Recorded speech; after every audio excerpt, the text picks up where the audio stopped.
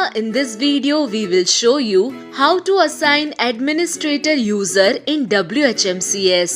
If you would like to add administrators in your WHMCS so that they can provide support and also manage WHMCS, then in that case, first of all, log into your WHMCS administrative dashboard and then go to Setup, Staff Management and then Administrative Users. Now from here, confirm your password and then click over Add New Administrator. Now from this page, fill up all the information related to a new administrator, that is administrator role, first name, last name, email address, username, any password, tick mark the access departments, for example sales, enable ticket notification, billing, etc.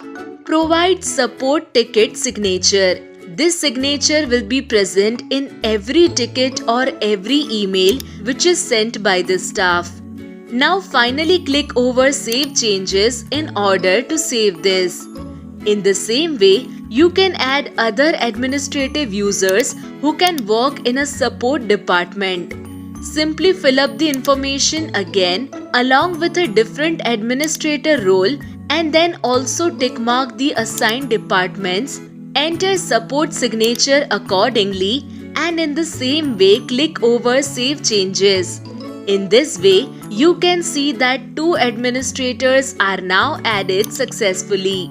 Now they can log in to their assigned dashboard and then they can use this as per their privileges.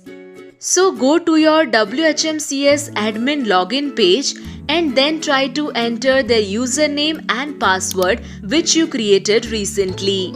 So in this way, you are finally logged in into their admin account successfully. Please subscribe to our channel if you have still not subscribed. If you would like to host your WHMCS website with a reliable hosting provider, then redserverhost.com is the best option for you.